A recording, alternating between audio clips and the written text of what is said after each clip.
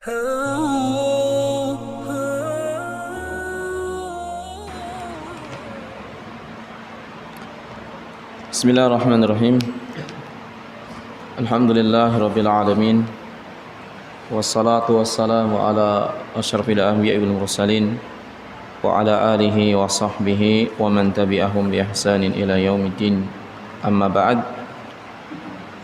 Hadirin dan jamaah yang dirahmati Allah Subhanahu wa taala, kita lanjutkan pelajaran kita insyaallah masih tentang sifat pertama dari orang beriman, yakni al-imanu bil ghaib, beriman pada perkara yang gaib.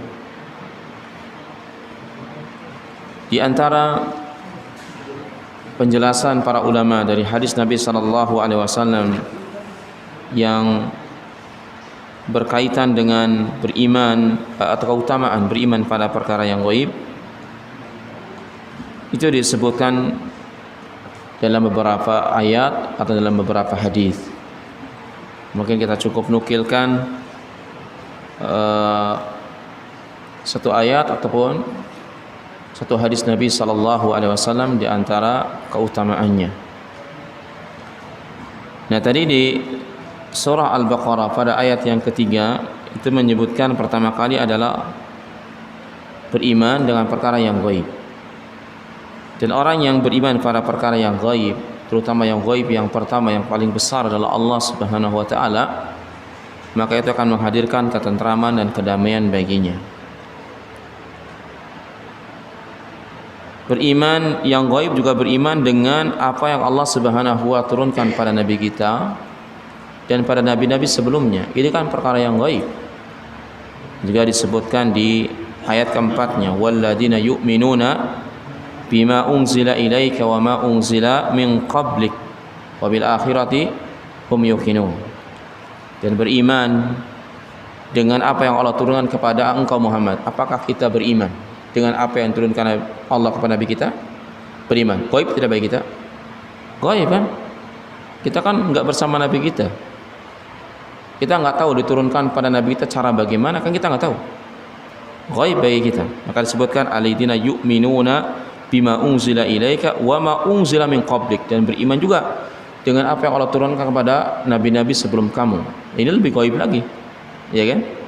Kemudian wabil akhirati hum yuqinun, dan dengan akhirat mereka beriman. Akhirat gaib tidak?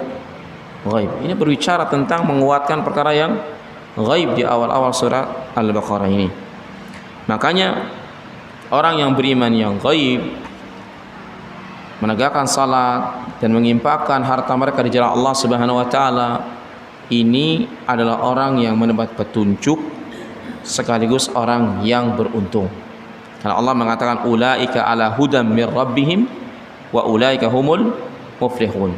Mereka adalah orang-orang yang dapat petunjuk dari Rabb mereka, dan mereka adalah orang-orang yang beruntung, orang-orang yang menang. Artinya orang yang akan masuk surga Allah Subhanahu wa taala. Keberuntungan kita adalah dimasukkan surga, kemenangan kita dimasukkan surga, dijauhkan dari neraka. Cirinya apa? Mereka beriman pada perkara yang gaib, mereka menegakkan salat, mereka adalah orang yang berzakat, beriman dengan perkara yang gaib dari kitab-kitab yang diturunkan kepada nabi-nabi, dan dengan akhirat mereka pun beriman. Gaib tidak akhirat? Gaib. Semuanya menguatkan perkara yang gaib. Terus Allah mengatakan merekalah orang-orang yang mendapat petunjuk, dan mereka adalah orang-orang yang dalam kemenangan, ya. Kemudian juga satu hadis Nabi sallallahu alaihi wasallam yang cukup bagi kita untuk menerangkan bahwa keutamaan beriman pada perkara yang gaib. Seperti para sahabat radhiyallahu taala anhum mengatakan, ya Rasulullah, hal min qaumin a'dhamu min ajran amanna bika wa taba'naka. Ya Rasulullah, adakah kaum yang lebih besar pahalanya dari kami? Kata sahabat. Karena kami adalah orang yang beriman kepadamu dan kami adalah orang yang mengikutimu. Dalam hadis yang lain disebutkan, ya Rasulullah, hal qaumun khairu minna. Awalnya para sahabat mengatakan, ya Rasulullah, nahnu nagzu ma'aka wa nusafir ma'aka wa nusahib ma'ak. Ya Rasulullah, kami adalah kaum yang berperang bersamamu, safar bersamamu, ya kan, dan menemanimu. hal qaumun khairu minna, adakah kaum selain kami yang lebih baik dari kami? Maka Rasulullah SAW mengatakan, na'am, ada kaum yang lebih baik dari kalian, ada kaum yang pahalanya lebih besar dari pahala kalian. Disebutkan apa? Qaumun yu'minuna bi wa lam yarawni, kaum yang tidak pernah melihatku tapi dia beriman denganku, beriman dengan ajaranku.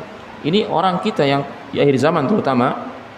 Ini keutamaan orang-orang yang di akhir zaman, yang tidak pernah melihat Nabi, bahkan jauh kurungnya dari kenabian, tapi kita beriman dengan ajaran Nabi sallallahu alaihi wasallam, beriman dengan Nabi ini. Ya. Dalam hadis ini disebutkan demikian, ma yamna'ukum min dzalika wa Rasulullah sallallahu alaihi wasallam baina adharikum ya'tikumul wahyu minas sama. Kata Allah, apa yang mencegah kalian tidak beriman pada Rasul kalian? Karena Allah turunkan Al-Quran wahyu kepada Nabi kalian, ya dari langit di tengah-tengah kalian. Artinya Rasul mengatakan, kalau kalian beriman denganku, wajar karena engkau melihatku, menyaksikan diriku, dan Allah turunkan wahyu dari langit kepada aku di tengah-tengah kalian. Maka para tematan, bala, benar ya Rasulullah. Kemudian Rasul mengatakan, benar, ada kaum yang lebih dari kalian, kaum yang lebih pahalanya besar dari kalian. Itu qaumun ya'tihim kitabun fayu'minu nabi wa ya'maluna bima fihi, kaum yang diberikan kepada mereka kitab Al-Quran yang Allah turunkan kepadaku, yang di tengah-tengah kalian, kemudian mereka beriman dengan kitab itu dan mereka mengamalkan kitab itu. Ulaika a'dhamu minkum ajran, mereka adalah lebih besar pahalanya dari kalian, mereka lebih besar pahalanya dari kalian, mereka lebih besar pahalanya dari kalian. Nah, ini dengan hadis ini para ulama mengatakan likulli usurin apa mazaya, di setiap generasi manusia itu punya kelebihan tersendiri. Sahabat punya kelebihan, generasi di selain sahabat punya kelebihan. Di mana kelebihan orang-orang yang tidak pernah melihat Nabi sallallahu alaihi wasallam tapi beriman dengan ajarannya, salat seperti salatnya Nabi, beragama seperti agamanya Nabi, maka mereka pahalanya lebih besar daripada pahala sahabat. Tapi hadis ini bukan berarti mengatakan kita lebih baik dari sahabat. Hadis ini tidak mengatakan bahwasanya sahabat kalah pahalanya dengan kita. Enggak, kita lebih besar pahalanya ketika kita beriman seperti imannya sahabat, beriman kepada Nabi sallallahu alaihi wasallam. Yakin enggak kira-kira iman kita kayak imannya sahabat? Enggak ada masalah. Ya, itu satu sisi kelebihan orang-orang yang tidak pernah melihat Nabi dan beriman dengannya, itu aja. Ya. Tetapi sehebat apapun kita tidak akan pernah mengalahkan pahala sahabat. Karena Rasulullah mengatakan, "Lau anfaqa dahaba Uhud misla dahaba Uhudin, ya, lam yaglub muddahu wala nasifahu." Kalau seandainya salah seorang di antara kalian mengimpakkan emas sebesar gunung Uhud, itu tidak akan pernah sampai pahalanya satu mud dari pahala sahabat, atau tidak sampai juga setengahnya. Bayangkan, kalau kita bisa berimpak sebesar gunung Uhud berupa emas, itu kebaikannya enggak setengah dari kebaikan sahabat. Sahabat kebaikannya banyak, setengahnya pun satu iring kita enggak nyampe. Maka saya katakan, la tasubu ashabi, jangan kamu celah sahabatku. Tapi kita punya keutamaan yang tidak dimiliki sahabat. Apa? Kita pahalanya akan dilipat gandakan oleh Allah Subhanahu wa taala kalau amal kita mengikuti sahabat, keimanan kita seperti keimanan sahabat dalam mengikuti Nabi sallallahu alaihi wasallam. Maka ayo kita raih. Maka kita pelajari bagaimana iman sahabat, kita pelajari bagaimana ketaatan sahabat, sehingga kita pahala kita akan lebih besar dari pahala sahabat karena ini. Karena apa? Karena ini. Makanya Masya Allah, orang-orang yang betul-betul memahami sahabat, beriman dengan benar, ya, belajar, ingin tahu kebaikan gitu, pahalanya besar. Kita minum aja pahalanya besar. Kita minum karena kita tahu dengan minum itu kita bisa bertenaga, dengan minum kita bisa bertahan hidup, dan bertahan hidup kita untuk ibadah. Itu sudah pahala. Kita minum dengan tangan kanan, ini sudah pahala. Kita minum dengan menyebutkan bismillah, ini sudah pahala. Belum memberikan minuman kepada orang lain karena tuntutan ibadah, ingin dapat pahala dari Allah. Semua nggak ada yang sia-sia dari seorang yang beriman. Bila tahu ilmunya, bila tahu itu adalah bagian dari ibadah, tahu memang itu disunnahkan, maka nggak ada sia-sia. Minumnya aja, makannya aja, tidurnya bisa ibadah. Luar biasa kan? Nah, dan itu semua kita imani pada nabi yang tidak pernah kita lihat sebelumnya, dan kita merindukannya. Kan jarang-jarang orang apa? Beriman sementara dia tidak melihat. Ya, nanti di kisah para sahabat itu ada di antara orang jahiliyah itu yang beriman hanya berjumpa Nabi sallallahu alaihi wasallam. Berjumpa aja dia yakin ini orang yang jujur, berjumpanya aja. Walaupun juga tidak memungkiri bahwa ada orang yang kenal Nabi, jumpa Nabi setiap saat, justru memeranginya, ada juga. Ya. Tapi mereka tahu dalam kisah yang kemarin tentang Ja'far itu, bagaimana? Saya juga ingat nih. Kemarin saya sebutkan Ja'far itu paman Nabi. Itu bukan paman Nabi, tapi sepupu Nabi. Kakaknya, abangnya siapa? Abangnya Ali bin Abi Thalib. Karena Ja'far bin Abi Thalib itu abangnya Ali bin Abi Thalib. Kata Ja'far apa? Kami dulu adalah orang yang menyembah berhala. Kami dulu adalah orang yang jahiliyah, memakan bangkai, ya kan? Lakukan kekejian, kami tidak baik dengan tetangga, kami minum-minum keras, banyak loh.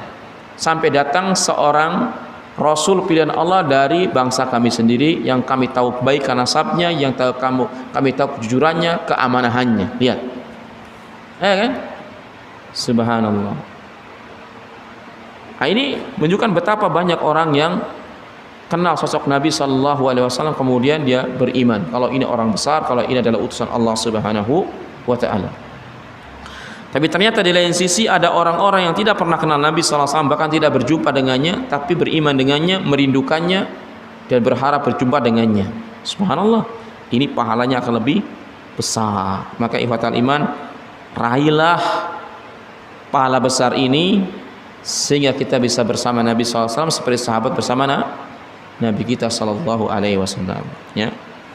Nah, ini diantara keutamaan yang dan Al-Imam Ibnu Katsir rahimahullah dalam tafsir Qur'anul Azim atau tafsir Ibnu Katsir, beliau mengatakan wa hadal haditsu fihi dalalatun alal amali bil wijadati allati ikhtalafa fiha ahlul hadits kama qarartuhu fi awal syarh al-Bukhari li'annahu madahum ala dhalika wa dzakara annahum a'dham ajra min hadil hasisa la mutlaqan. Jadi menurut Ibnu Katsir, hadis ini adalah hadis yang menunjukkan keutamaan amalan orang-orang yang datang belakangan. Walaupun hadis ini diikhtilafkan ulama tentang maknanya. Hadisnya sahih, tapi maknanya khilaf, ya. Sebagaimana saya telah sebutkan dalam Sahih Bukhari, dan insyaallah saya sedang menanti kitab Sahih Bukhari punya beliau. Jadi beliau ini punya Syarah Bukhari. Kan kita tahunya Syarah Bukhari adalah Fathul Bari punya Ibnu Hajar kan. Nah, sekarang karangan beliau sudah dicetak dan mungkin harusnya entah 2 minggu lagi atau sebulan baru sampai ke sini. Karena saya sudah 2 bulan saya menunggunya. Nama kitabnya adalah apa ya?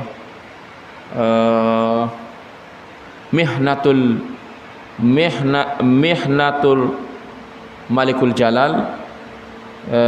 Sepertilah pokoknya Syarah Bukhari itu karena di situ keutamaannya dengan bahasa orang sekarang, dengan materi yang kayak rangkuman kitab-kitab yang dulu, kemudian disesuaikan dengan kondisi pada hari ini, faedah-faedah yang terdalamnya. Makanya saya udah punya Fathul Bari, punya punya Ibnu Hajar, tapi ketika melihat ini saya langsung beli, jatuh cinta dengan karangan beliau ini, subhanallah. Dan itu sama juga 15 jilid, ya.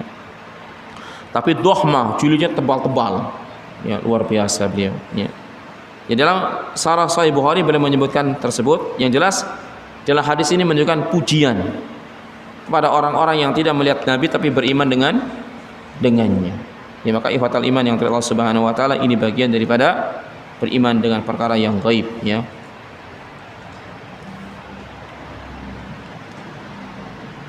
Makanya kemudian Syekh mengatakan di sini, aku berkata, inna min ba'di sahabati radhiyallahu anhum a'dham ajra min hal jihad. Bahwasanya sebagian sahabat itu lebih besar pahalanya dari masalah ini.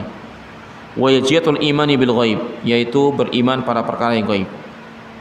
Artinya bahwa ana min ba'di sahabat, bahwasanya orang-orang setelah sahabat itu ada pahala yang besar yang mereka dapatkan yang tidak dimiliki sahabat, gitu kan?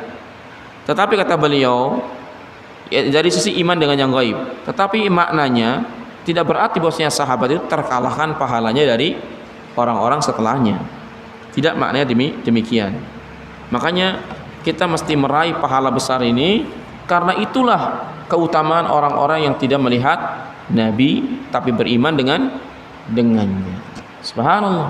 Maka kita harus mesti antusias, ya, belajar agama dengan baik semampu kita tentunya, baik dari sisi akidah, dari sisi fikih, dari sisi semua cabang ilmu kita mencoba untuk mempelajarinya sehingga kita beramal, berusaha ingin beramal seperti sahabat, dan kita mendapatkan keutamaan karena kita beriman dengan Nabi sedang kita tidak melihat Nabi sallallahu alaihi wasallam. Dan ini bagian dari athar bil iman bil ghaib, pengaruh dari iman yang ghaib. Baik saudaraku yang dirahmati Allah Subhanahu wa taala, mungkin di sini dulu. Kalau ada yang perlu ditanyakan atau didiskusikan, ya dipersilahkan. Kita nggak pernah menemani Rasul sallallahu alaihi wasallam karena kita nggak sejaman dengannya. Kita nggak pernah berperang bersama Rasul sallallahu alaihi wasallam. Kita nggak pernah menempuh perjalanan jauh bersama Rasul sallallahu alaihi wasallam karena semua nggak pernah sejaman. Ya. Tapi jangan kecil hati. Ternyata Rasul sallallahu alaihi wasallam menyebutkan keutamaan orang-orang yang tidak sejaman dengannya tapi dia beriman dengannya. Makanya ulama katakan likulli usulin lahu mazaya. Di setiap generasi manusia itu punya kelebihan masing-masing. Maka raihlah kelebihan itu. Ya. Para sahabat itu memang manusia terbaik. Makanya Allah Subhanahu wa ta'ala ciptakan dia menemani nabinya. Ya. Bahkan dalam hadis para sahabat itu enggak ingin ketinggalan berperang bersama Nabi sallallahu alaihi wasallam. Walau dalam keadaan sakit sekalipun, walau dalam keadaan tua renta pun, mereka berusaha perang bersama Nabi. Tapi ditahan oleh Nabi, tidak boleh berperang. Sampai-sampai Rasulullah mengatakan, inna fil madinati la rijalun ma masirna ma'ana wa laqatna wadiyan walakin ma'ana fil ajr. Kata Nabi sallallahu alaihi wasallam, ada seorang laki-laki di Madinah enggak menempuh perjalanan bersama kita, enggak menempuh lembah bersama kita, tapi bersama kita dalam pahala sama. Habaskumul marda, karena tertahan oleh sakit. Jadi orang ini biasanya perang bersama Nabi, tapi saat itu dia tidak bisa perang dan Nabi tidak boleh perang karena dia sedang sakit. Dia nggak pernah berjalan bersama kita, menempuh perjalanan jauh untuk perang. Dia nggak menaiki menuruni lembah bersama kita, tapi pahalanya sama karena tertahan oleh sakit. Kalau bukan karena sakit, dia pasti akan ikut perang. Bayangkan, ini adalah merupakan apa? Pahala besar bagi orang-orang yang punya amal kebaikan bersama Nabi. Itu menunjukkan bahwa sahabat memang antusias ketaatannya kepada Nabi, enggak ingin ketinggalan berperang. Sampai berperang pun mereka di mana Nabi ikut, gitu ya. Bahkan mereka menjadi pagar betis Nabi sallallahu alaihi wasallam. Mereka siap terlukai asal Nabi tidak terluka. Ya, luar biasa mereka. Kita nggak bisa mengalahkan keutamaan sahabat karena mereka itu manusia percontohan. Yang dicontoh, yang ditiru, yang diikuti pasti lebih baik dari yang mengikuti. Makanya Allah katakan dalam surat At-Taubah ayat 100, Allah mengatakan as-sabiqunal awwalun minal muhajir wal ansar.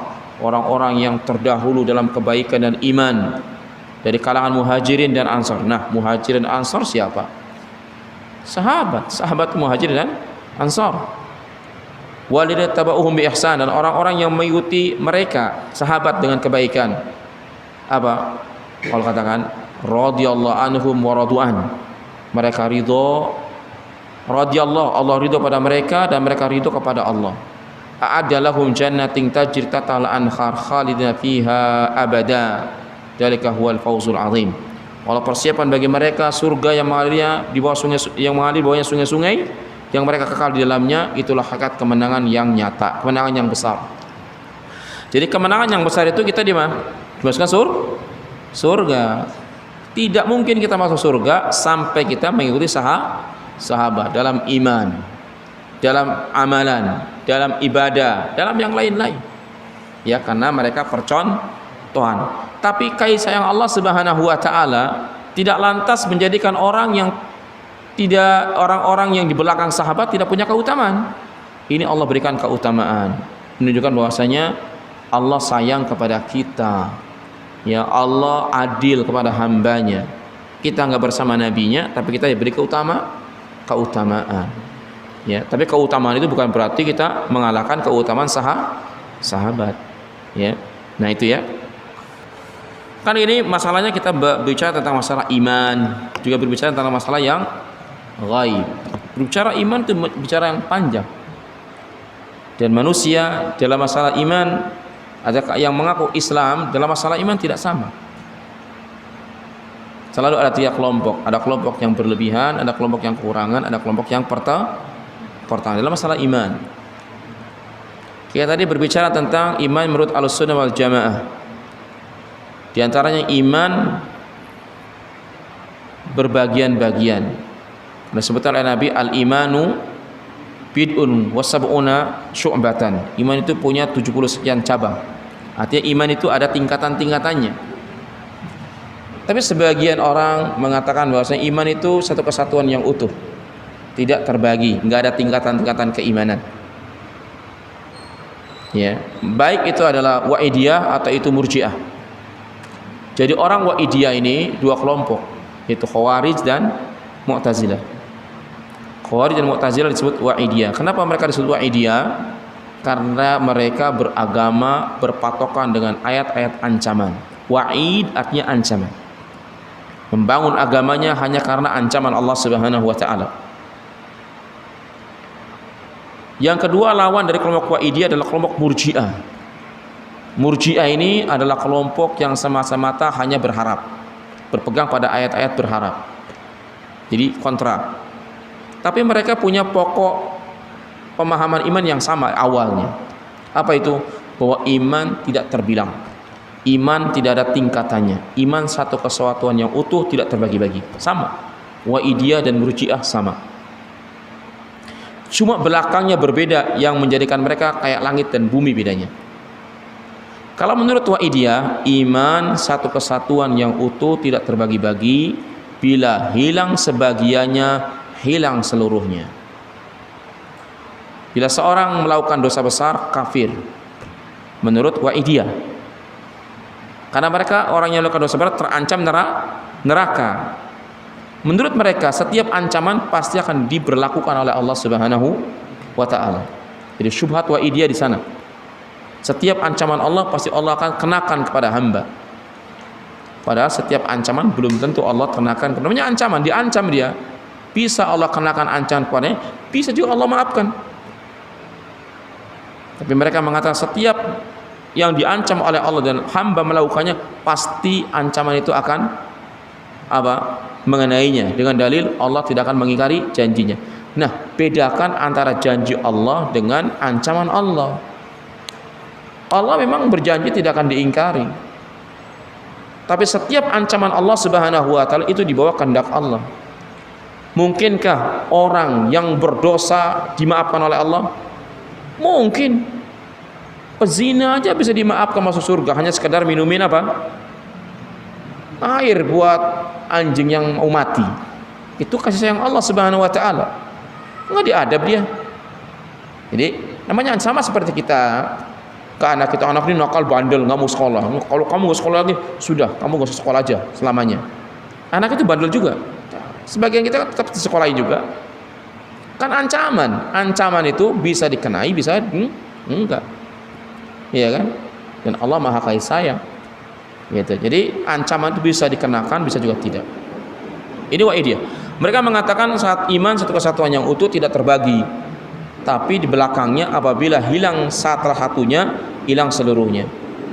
Dalil mereka mengatakan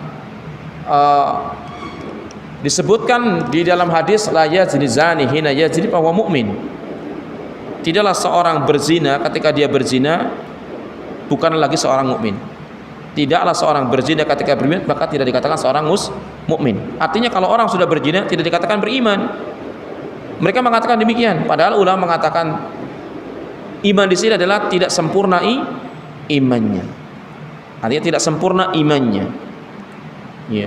Tapi dia masih punya pokok iman. Dari logikanya mereka mengatakan, kalau seandainya iman itu seperti bilangan 10 atau seperti ayam 10 gitu kan, kemudian hilang satu tinggal berapa? Dan 9. Maka 9 bukan 10. Kalau iman adalah 10, bilangan 10, kemudian hilang satu, kurang satu jadi berapa? 9. Maka mungkinkah 9 dikatakan 10? Tidak, 9 bukan 10. Maka mereka katakan kalau iman 10, maka 9 sudah bukan iman lagi.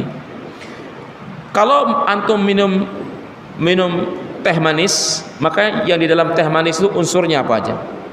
Ada unsur teh, ada unsur air, ada unsur gula. 3 senyawa. Iya kan? Di dalam itu. Kalau hilang salah satunya, maka tidak dikatakan teh manis lagi. Itu menurut mereka. Bagaimana cara bantahnya?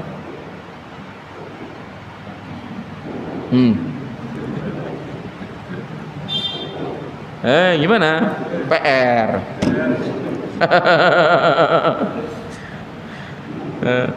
PR ah. Iya, secara sepintas ini betul juga gitu kan? Ya karena keterbatasan ilmu kita. Kalau kita penjelasan para ulama di antara Ibnu Taimiyah rahimahullah dalam banyak kitab, di antara dalam kitab Syarh Hadits Jibril, beliau mengatakan ketika mendengarkan itu dia aja Ibnu Taimiyah santai. Ketika sudah selesai katakan, "Ta'al ya Wa'idiyah." Kemarilah hai Wa'idiyah. Kau lihat pohon di sana? Ya lihat pohon tahu. Banyak cabangnya. Kalau aku putusin sebagian cabang pohon itu dan aku biarkan cabang yang lain, apakah kamu masih mengatakan itu pohon atau dengan penamaan yang lain? Bingung dia. Kalau disebut pohon, masih pohon, berarti melanggar kaidahnya. Kalau hilang sebagian, hilang seluruhnya. Iya kan? Tapi kalau saya tidak mengatakan, kalau saya mengatakan dengan kata yang bukan pohon, banyak apa? Kalau ada pohon kan banyak rantingnya, dipatahin separuh rantingnya, itu masih pohon bukan? Masih. Orang yang saya mengatakan tetap pohon, walau nggak ada daun sekalipun, tinggal apa namanya? Tinggal batangnya, pasti orang mengatakan masih pohon. Puyeng dia, Mu'adiyah dengan jawaban Ibnu Taimiyah. Satu itu aja membuat dia puyeng. Kalau kamu mengatakan bahwasanya 10 bukanlah 9, iya 10 memang bukan 9, dia berkurang kan? Tapi pertanyaan, 9 dan 10 masih sama-sama bilangan atau tidak? 9 sama 10 masih bilangan tidak? Masih. Anggaplah bilangan itu iman, kadar 10 dan 9 itu tingkatan iman. Kenapa dipaksakan 10 bukan 9? 10 itu seperti iman, kemudian 9 bukan beriman. Ini kenapa? Sama-sama bilangan kan? Nah ini bantahan kepada Wa'idiyah. Tapi ada kelompok yang kedua yang kaidah usulnya sama dengan Wa'idiyah, bahwa iman satu kesatuan yang utuh, nggak terbilang. Tapi belakangnya beda. Bila tetap sebagiannya, maka sempurna seluruhnya. Walau dia pokoknya kalau walau dia berzina, walau dia membunuh, walau dia tidak sholat, macam-macam diingkari semua. Tapi dia masih beriman kalau Allah penciptanya, sempurna imannya seperti orang yang taat ibadahnya. Kontradiksi tidak ini dua kelompok? Oh, kayak langit dan bumi. Di tengah-tengah tadi Ahlussunnah. Iman adalah pembenaran dalam hati, diikrarkan oleh lisan, diamalkan anggota badan. Iman temperatur naik dan turun, naik dengan ketaatan, turun dengan kemaksiatan. Tapi masih ada pokok iman, ya kan? Dan iman berbagi-bagi, tercabang-cabang. Karena Rasul yang mengatakan bahwasanya iman ada 70 sekian cabang. Yang paling penting ucapan la ilaha illallah, yang rendah adalah menyingkirkan diri dari jalan dan rasa malu, bagian dari iman. Mengucapkan kalimat la ilaha illallah ini ucapan. Berarti iman itu ada di ucapan. Menyingkirkan diri dari jalan ini perbuatan. Rasa malu apa? Amalan apa? Amalan hati. Maka iman itu berkitar antara hati, lisan dan anggota badan. Ini kita bicara tentang iman saja. Belum tadi berbicara tentang yang gaib. Ya. Menarik memang tentang masalah iman. Ya, jadi setiap orang yang beriman, yang mengaku beriman, itu belum tentu benar dalam pemahaman imannya. Sampai kita menggali kitab-kitab para ulama yang telah dibukukan setiap zaman, dicetak ulang, bahkan sudah diterjemahkan.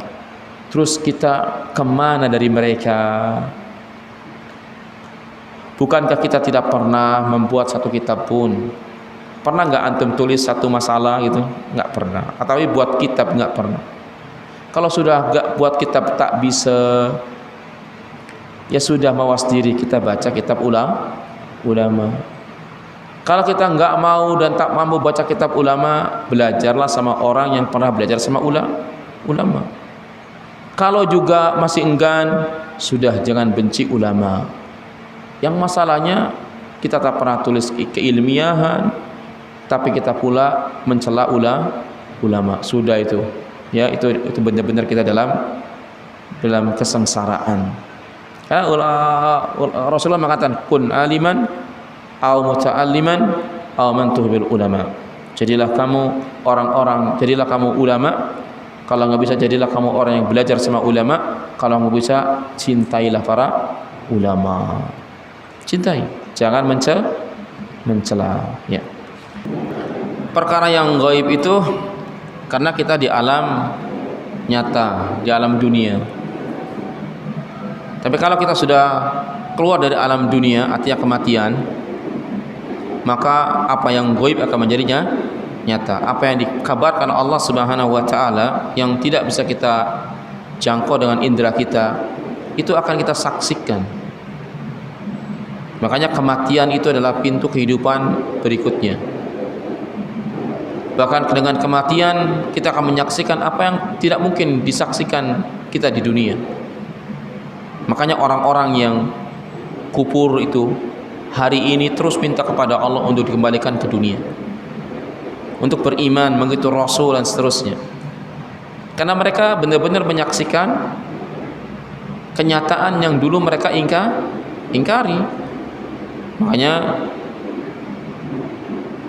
sebesar apapun kecerdasan akal kita, dan akal kita tidak bisa menjangkau apa yang disebutkan Allah Subhanahu wa taala, maka wajib beriman dengan apa yang disebutkan Allah Subhanahu wa taala dan tinggalkan pencernaan akal kita.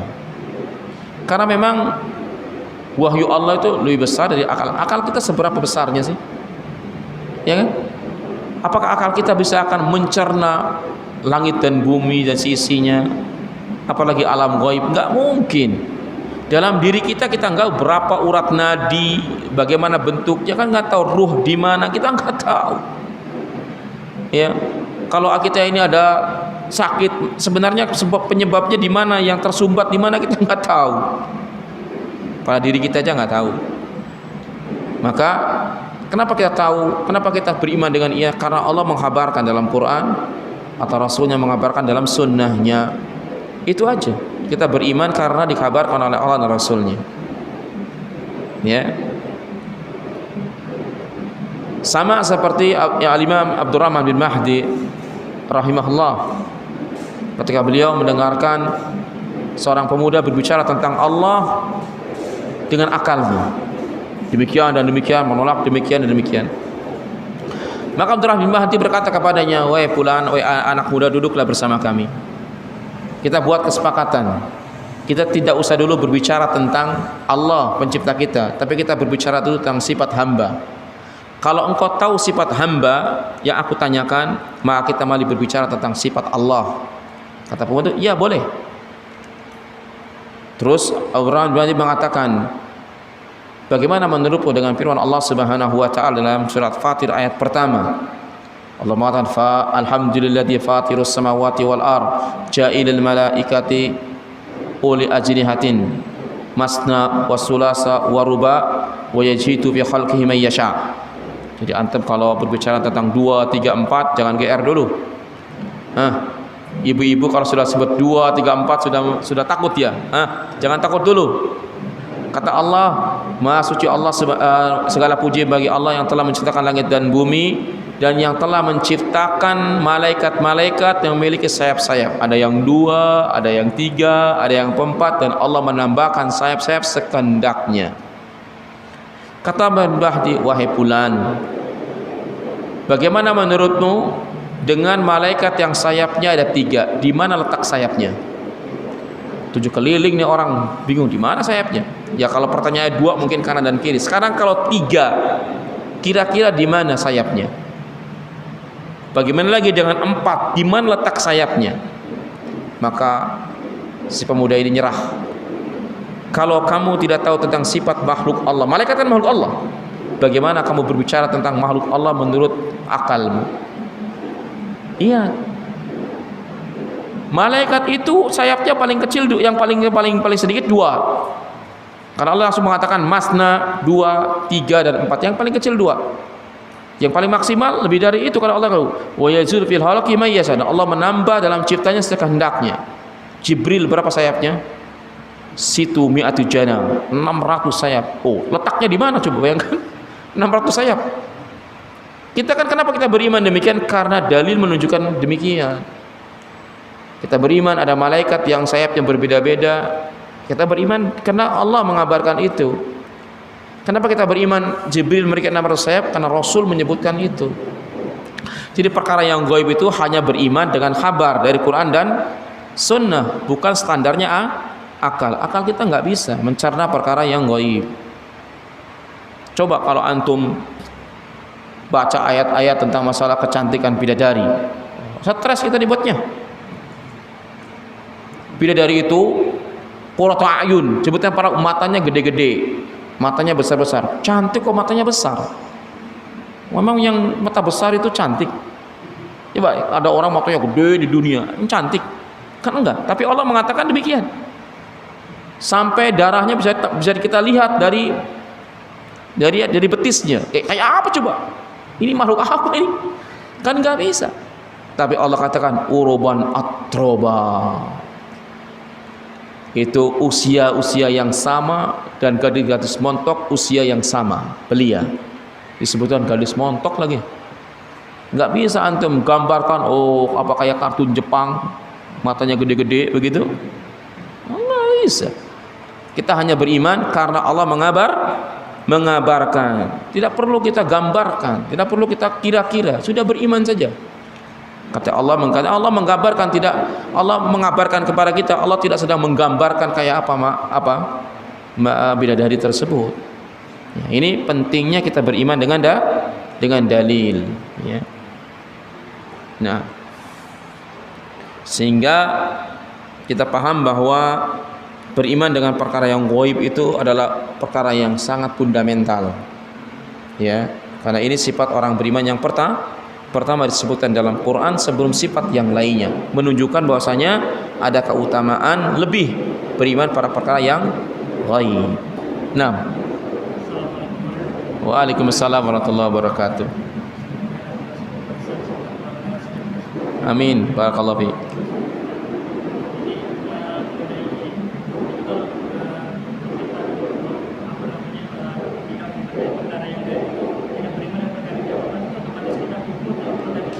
Kalau kita beriman pada perkara yang gaib, otomatis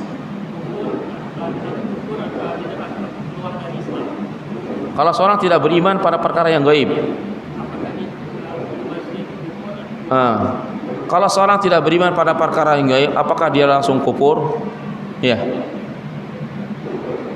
Jadi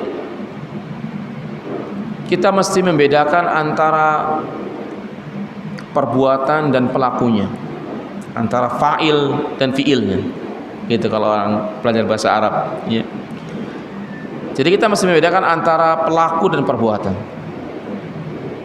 Kalau perbuatannya sepakat, itu perbuatan kekafiran, nggak ada yang ikhtilaf di antara ulama. Kalau orang mengatakan saya tidak beriman dengan alam gaib, itu ucapannya ucapan kekufuran. Tapi pelakunya mesti dikafirkan dengan itu? Tidak. Jadi seorang itu dikafirkan pertama syaratnya ada bukti kekufuran. Contoh, dia mengatakan saya tidak beriman dengan perkara yang gaib, maka ini bukti ucapan kufur yang bisa dikenai kekufuran pada pelakunya. Tapi otomatiskah pelakunya kafir dengan ucapan itu? Tidak. Karena bisa jadi ada penghalang-penghalang seorang tidak bisa dikafirkan walaupun ada perbuatan kekafiran. Yang pertama, orang itu bodoh, nggak tahu dia. Ketika orang itu nggak tahu, ya nggak bisa dikafirkan karena nggak tahu, wajib dikasih tahu. Yang kedua, dia orang yang dipaksa. Karena orang yang dipaksa itu tidak sekehendak hatinya beriman, tapi dipaksa. Kalau enggak akan dibunuh keluarganya misalnya atau apa gitu kan, maka terpaksa dia mengucapnya seperti Ammar bin Yasir. Maka ini tidak bisa dikafirkan. Orang mengatakan saya tidak beriman perkara yang gaib karena dipaksa oleh orang, maka ini tidak dikafirkan. Atau karena salah memahami dalil, maka ini pun tidak bisa dikafirkan. Atau yang keempat, karena takwil. Takwil ini berat ya, takwil ini bagian dari penyimpangan, tapi tidak dikafirkan karena takwil. Nah, kalau ada faktor, salah satu di 4 faktor ini, walaupun ada perbuatan kekafiran, tidak dikafirkan pelakunya. Jadi sekali lagi kita bisa harus bedakan antara perbuatan dan pelakunya. Perbuatannya sepakat itu perbuatan kufur, tapi pelakunya belum tentu dikafirkan. Kita harus melihat dari 4 aspek penghalangnya tadi. Ada nggak salah satu dari penghalang itu? Kalau nggak ada, berarti dia seperti perbuatannya. Ya, dan itu perbuatan yang sangat jelek ya. Orang mengatakan saya tidak beriman perkara yang gaib. Secara logika pun tidak diterima, karena logika beriman adanya perkara gaib ya. Karena alam ini tidak semuanya kita ketahui kan. Dalamnya lautan, apa hewan di dalamnya bagaimana kan kita nggak tahu. Itu gaib bagi kita. Itu gaib bagi kita. Makanya ada sholat sunnah gaib. Ada nggak? Ada. Bagi mereka yang mati tidak ada yang sholat menyolatkan kan, maka sholat gaib. Kenapa gaib? Karena jenazahnya nggak di hadapan kita, ya, kita nggak lihat dia, maka disebut gaib ya, begitu. Baiklah ikhwatal iman, saudaraku semuanya yang dimurkai Allah Subhanahu wa taala, saya cukup ya. Karena nggak ada pertanyaan lagi. Mudah-mudahan kita berjumpa lagi di minggu depan berikutnya. Kita tutup kafatul majelis. Subhanaka wa hamdik, asyhadu an la ilaha illa anta, astaghfiruka wa atubu ilaik. Wassalamualaikum warahmatullahi wabarakatuh.